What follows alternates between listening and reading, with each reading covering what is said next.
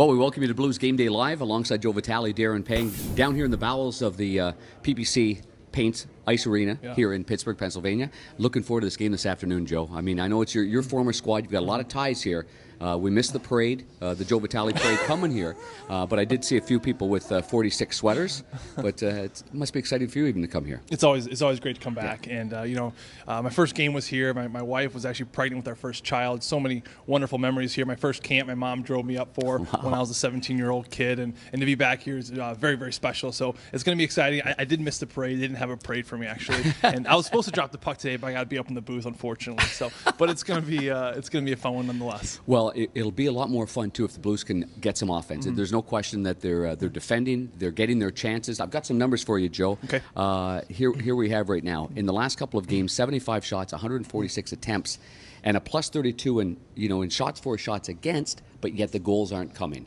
So what are some of the little things that they can do maybe better to maybe create some greasiness around that net? Well, I think Craig Berube said best. He said, it's actually very simple. We just got to put more bodies in front of the net. Yeah. They faced Kemper, Nilsson last game. Good goalies in their own right, but there's no way that the Blues should be getting shut out like they've been doing. And I think it just really comes down to one thing. If the goalie sees the puck, he's going to save it. They got to do a better job committing themselves to the front of the net, taking away the eyes, getting sticks there, looking for that second, third opportunity. Again, here tonight, the Penguins' defense is going to be pretty strong. We might see Chris Letang back in the lineup here tonight, so a pretty solid group, and the Blues have got to figure out a way to get to that area. You got to fight through it. It's more of a mindset than it is being physical, just getting there. First 13 games, Sidney Crosby against the St. Louis Blues. In his career, he only had 8 points, but his last 4 now, he's coming on 6 goals and 10 points.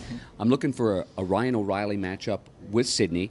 But you've got a two-headed monster for sure with Evgeny Malkin. So you need Bozak, you need O'Reilly, you need Oscar Sundqvist, the former Pittsburgh Penguin third-round draft pick as well. You do. And I was talking to Borky, the radio guy here for Pittsburgh, and I asked how the team was playing. He said, "Listen, you guys better be ready to play tonight because the Penguins are humming along. They had a little bit of a scare there. They were out of the playoff hunt, but ever since that outdoor game, they've been playing some terrific hockey. And we remember the game earlier in St. Louis this year, the power play. Yeah, we went 4 for 4 in the power play. Don't do that again. Yeah, and they went 3 for 4 in their last game. They shut out the Buffalo Sabres in that game. They've gone 7-1-2 in their last 10 games. So yeah, they are humming. But you know what? The Blues are typical of a lot of teams. Not that you're playing down to, Arizona's a good team and they're playing well.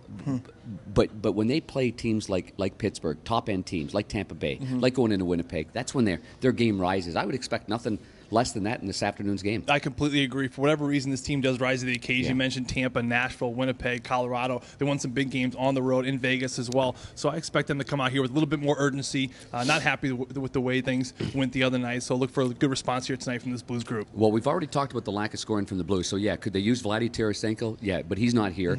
But David Perron is here. And the expectation is that David Perron does play in this hockey game. So that is great news for the Blues. That would mean that Jordan Kyrou, who's here on emergency recall, that he would be sent down.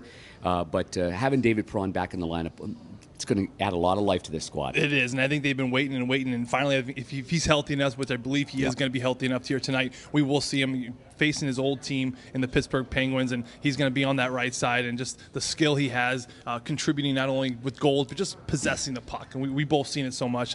He's one of the best, I think, at just possessing the puck down low, so strong, holds on to the puck, and he allows Ryan O'Reilly to get to those ugly areas, and whether we see Schwartz up there, or Thomas, or Braden Shen as a complete line, we'll just kind of have to see, and Craig Berube may make adjustments throughout this game, but having David Perron is going to be such a huge advantage here tonight. A couple of days ago, Craig Berube said, when David's ready to go, he'll let us know, and I've got a spot for him. So I would assume it goes Shen, O'Reilly, and David Perron right there on the top line. That's a great scouting report. I agree. I think so too. As far as the goaltending is concerned, we're assuming it's Jake Allen going up against Matt Murray, and obviously Jake, he can't score a goal himself. I mean, he did everything he needed to do. He had no chance on the goal against. The next goal was an empty net goal, so maybe he gets on a roll here.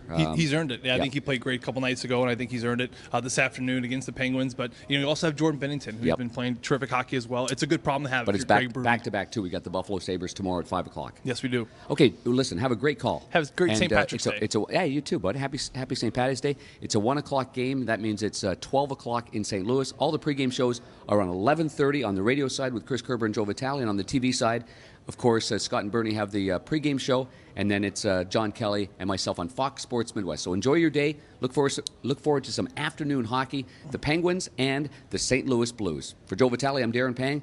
Have a good day, everybody.